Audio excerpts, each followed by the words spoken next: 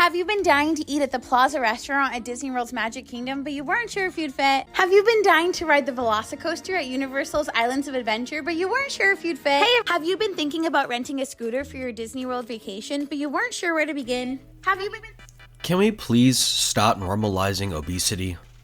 So I recently came across this channel after watching Strawberry Park, and this TikTok channel is known as Plus Size Park Hoppers. And from what I gathered from their channel is absolutely mind-blowing to me, and in today's video, we're going to go ahead and talk about that and watch some of her content and react to it. And if that sounds like something you might be interested in, let's just go ahead and hop right into it. Have you been dying to ride Harry Potter and the Forbidden Journey at Universal's Islands of Adventure, but you weren't sure if you'd fit? To be honest with you, no, I don't think I have ever had that problem. I'm 5'8" and 170 pounds. And to be honest with you, I don't think most people have, if this is the right stats for the average American size, is, 199 pounds as a male and 170 pounds as a female. But, maybe this is a big issue for you.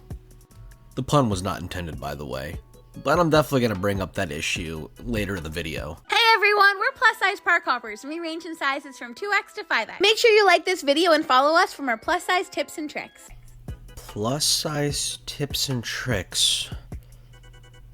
So, again, I'm not trying to come off mean here, but I'm assuming that doesn't mean tips and tricks on how to lose weight.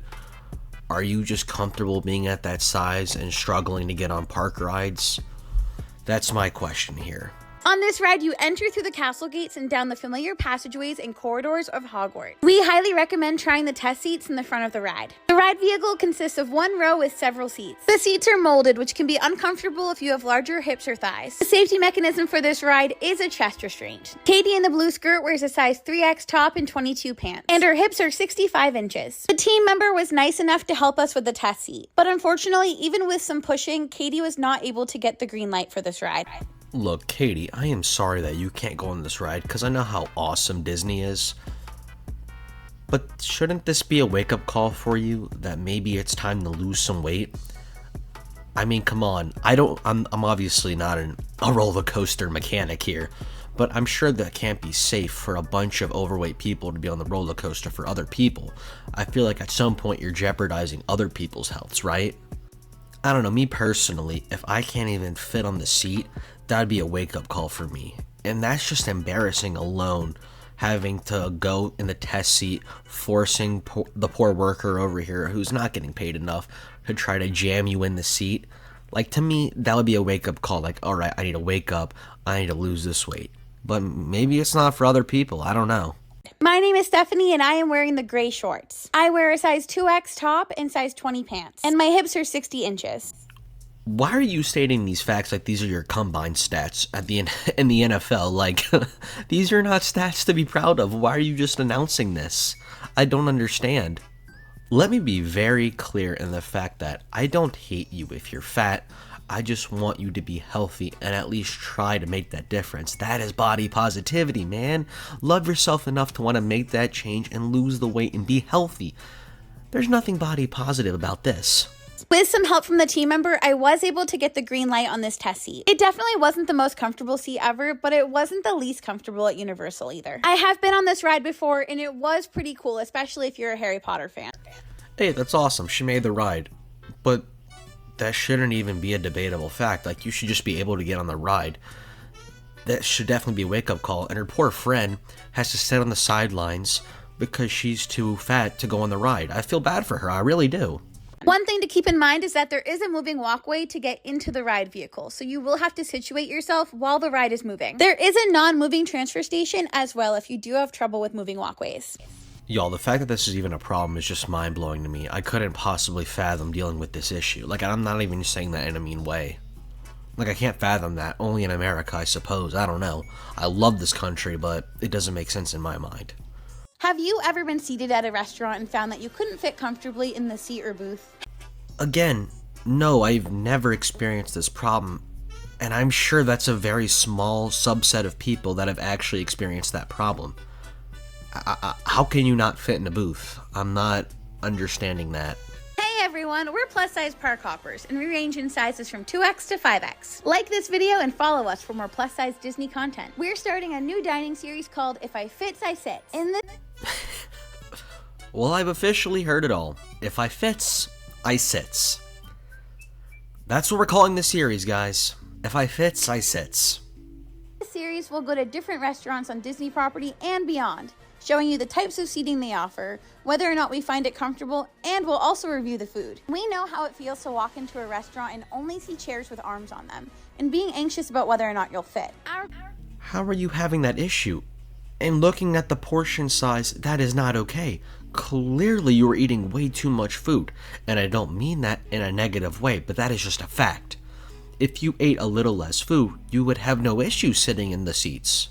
The goal is to help you feel more at ease and to show you that there are accommodations out there. With one of us being gluten-free, we'll also highlight the gluten-free options throughout these restaurants. We'll rate each restaurant on comfort, atmosphere, food, and drinks. Let us know in the comments which restaurants you would like to see in this series. Tune in to our first episode of If I Fits, I Sits next week, where we showcase the Garden Grill at Disney's Epcot. We are so excited to see Mickey in his little farmer's outfit and the inside of Living with the Land. You should not be anxious to sit in a seat, and this would definitely help you feel better as if you stopped eating so much food. What is that? 3 strips of bacon that I can see right now, maybe definitely more than 3. We have a biscuit with gravy, we have eggs, and we have Mickey waffles slathered in syrup. That is like a whole daily intake of calories right there. And that's not good. If you just cut down on the calories, you could enjoy Disney and Universal even more. You wouldn't have to worry about if I fits, I sits. Why go through all the trouble when you could simply eat less food? You'll be healthier, and you could sit at every restaurant. It's the perfect compromise. Have you been dying to eat at the Plaza restaurant at Disney World's Magic Kingdom, but you weren't sure if you'd fit? Again, no, that's not an issue I've had, and I don't think that's an issue a lot of people have had. Hey everyone, we're plus size park hoppers and we range in sizes from 2x to 5x. Make sure you like this video and follow us for more plus size Disney tips and tricks. On this episode of If I Fits, I Sits, we had lunch at the Plaza restaurant located on Main Street in Magic Kingdom. The seating here is a combination of tables and chairs and half booths and chairs. We were a little leery at first because our table seemed really small, but it did work out. The inside of this restaurant is much smaller than we expected, but it didn't feel too crowded. And it has an amazing view of Cinderella's castle, and it doesn't get better than that. The menu includes some super simple lunch options, and nothing was really unique or crazy. Like, maybe you wouldn't have to be wary about sitting in this restaurant and how big it is if maybe you didn't order a milkshake with whipped cream and a cherry on top. We all started out with milkshakes because if you can have your dessert first, why not? I would say diabetes is a pretty good reason for why not, amongst other health benefits. But no, go ahead, have your milkshake before your food. Why not? And let's go ahead and look at their lunch, shall we? Everyone got their own little milkshake, that's great. Loaded baked potato soup, really high in calories as well. A whole platter of fried onion rings. That's even healthier.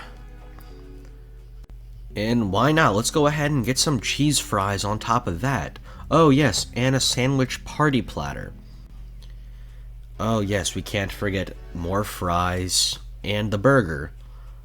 Oh wow, they actually got some vegetables and some greens on there. Good for them. They have eaten more than a day's worth of food in one sitting.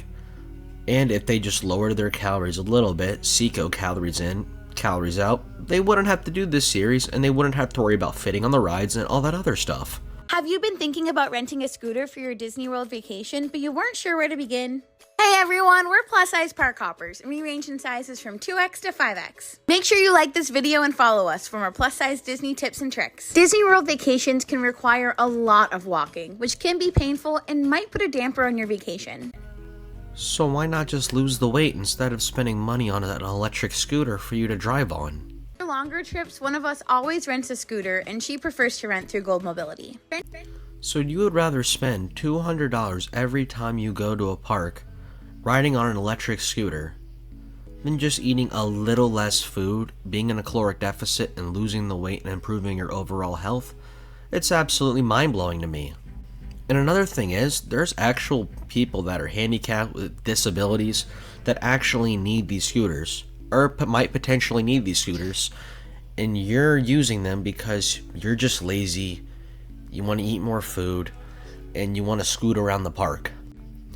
So what are my final thoughts and conclusions of these people? Look, I don't hate these people whatsoever. They seem like amazing people. They seem like nice, fun, bubbly people who love what they do. They love the good food, and they're trying to share their love for Disney with other people, which I think is awesome. What I don't like is them normalizing obesity and requesting that the park has all these special things and guidelines for a small subset of minority overweight problems.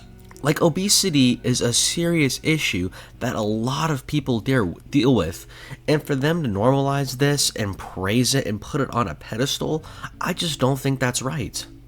I would love nothing more for these awesome people just to lose the weight and be healthy, and then they can enjoy their Disney experience that much more. But that's just my opinion. Thank you all so much for watching. If you enjoyed, leave a like, comment, subscribe, and I'll see y'all next time. Peace out.